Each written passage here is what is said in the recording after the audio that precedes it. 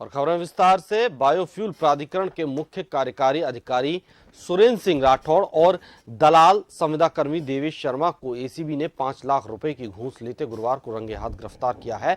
Licence renew करने के बदले गुरुवार को सुरेंद्र सिंह ने एक व्यवसायी से ये घूस ली थी। एसीबी के डीजी बीएल सोनी ने बताया कि सीईओ सुरेंद्र झूठवाड़ा स्थित तारानगर का रहने वाला है।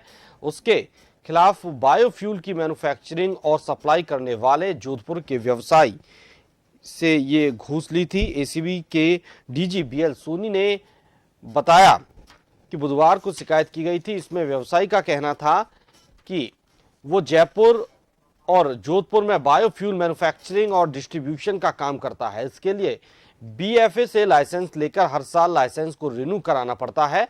सीईओ इस लाइसेंस को रिन्यूअल के लिए 5 लाख रुपए और बिना बाधा व्यवसाय करने देने के लिए 15 लाख रुपए की मासिक बंधी मांग रहा था।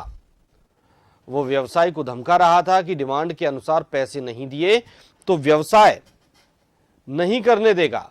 एसीबी के सत्यापन के बाद गुरुवार शाम योजना भवन स्थित ऑफिस में जैसे ही घूस ली, एसीबी ने उसे पकड़ लिया। इसके बाद उसके आवास पर सर्च किया गया। डीआईजी विष्णुकांत के नेतृत्व में सीईओ के घर व फार्म हाउस सहित 4 ठिकानों पर सर्च जारी था। उसके तारानगर में 2 घर हैं जहां 4 करोड़ से अधिक की नकदी मिली है।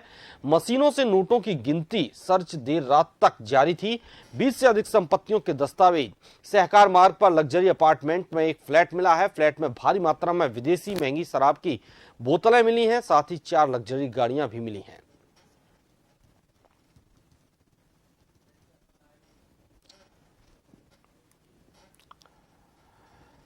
और ज्यादा जानकारी के लिए हमारे संवाददाता विवेक शर्मा हमारे साथ जुड़े हुए हैं। विवेक शर्मा, ये सीईओ पकड़ा गया है, इसके पास से क्या कुछ नकदी मिली है और क्या कुछ और भी पहले के कोई ऐसे केस सामने आए हैं जिसमें इसने घूस मांगी हो? देखिए, राजधानी जयपुर में गुरुवार देर शाम एसीबी ने कार्रवाई को अंजाम दे जयपुर के योजना भवन स्थित बायोफ्यूल प्राधिकरण के सीईओ सुरेंद्र सिंह को अपने एक दलाल के जरिए 5 लाख रुपए की रिश्वत लेते हुए रंगे हाथों गिरफ्तार किया है। दरअसल जोधपुर निवासी परिवादी ने इस संबंध में एसीबी मुख्यालय में एक शिकायत दर्ज कराई थी। शिकायत को पुख्ता करते हुए एसीबी ने जाल बिछाया और कल देर शाम योजना भवन में कार्यालय में जो है सुरेंद्र सिंह जो बायोफ्यूल प्राधिकरण का सीईओ था, प्रोजेक्ट डायरेक्टर था, उसको एक संविदा कर्मी के जरिए जो है 5 लाख रुपए की रिश्वत लेते हुए दबोच लिया। जैसे ही योजना भवन में एसीबी की कार्रवाई की भनक लगी, तमाम अधिकारी और कर्मचारियों में जो है हड़कंप मच गया। एसीबी की माने तो रिश्वत की रकम जो है मासिक बंदी के तौर पर मांगी जा रही थी। परिवादी को प्रताड़ित किया जा रहा था और उससे 20 लाख रुपए की मासिक बंदी मांगी जा रही थी, जिसमें एक 5 लाख रुपए जो है वो लाइसेंस रिन्यूअल के पेटे और 15 लाख रुपए निर्बाध रूप से जो है व्यापार को सुचारू रखने के लिए मांगे जा रहे थे। पैसा नहीं देने पर उसे जो है प्रताड़ित किया जा रहा था। इस संबंध में शिकायत को पुख्ता करते हुए कल ये कार्रवाई की गई थी।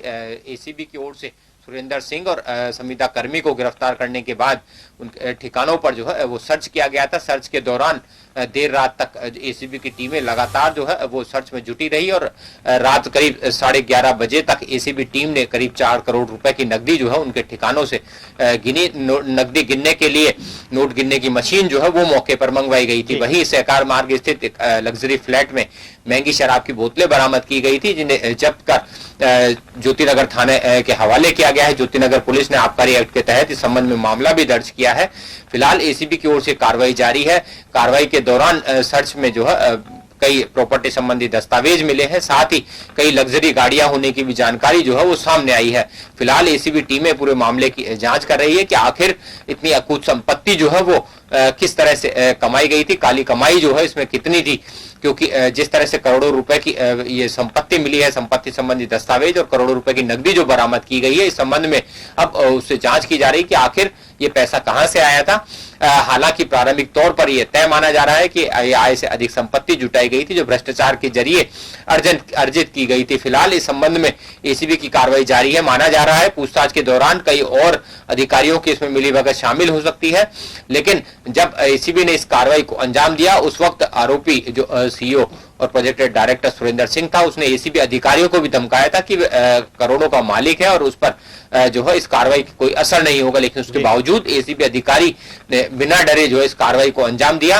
अब ये माना जा रहा है कि जब एसीबी का सर्च खत्म होगा उसके बाद तय हो पाएगा कि आखिर सुरेंद्र सिंह के ठिकानों से जो है कितनी नकदी और कितनी प्रॉपर्टी और अन्य दस्तावेज और गाड़ियों के साथ ही विवेक, क्या इस जांच में कुछ ऐसा भी सामने आया है कि पहले किसी अन्य से भी इस तरह की रिश्वत मांगी गई हो, कोई और भी परवादी ऐसा सामने आया है?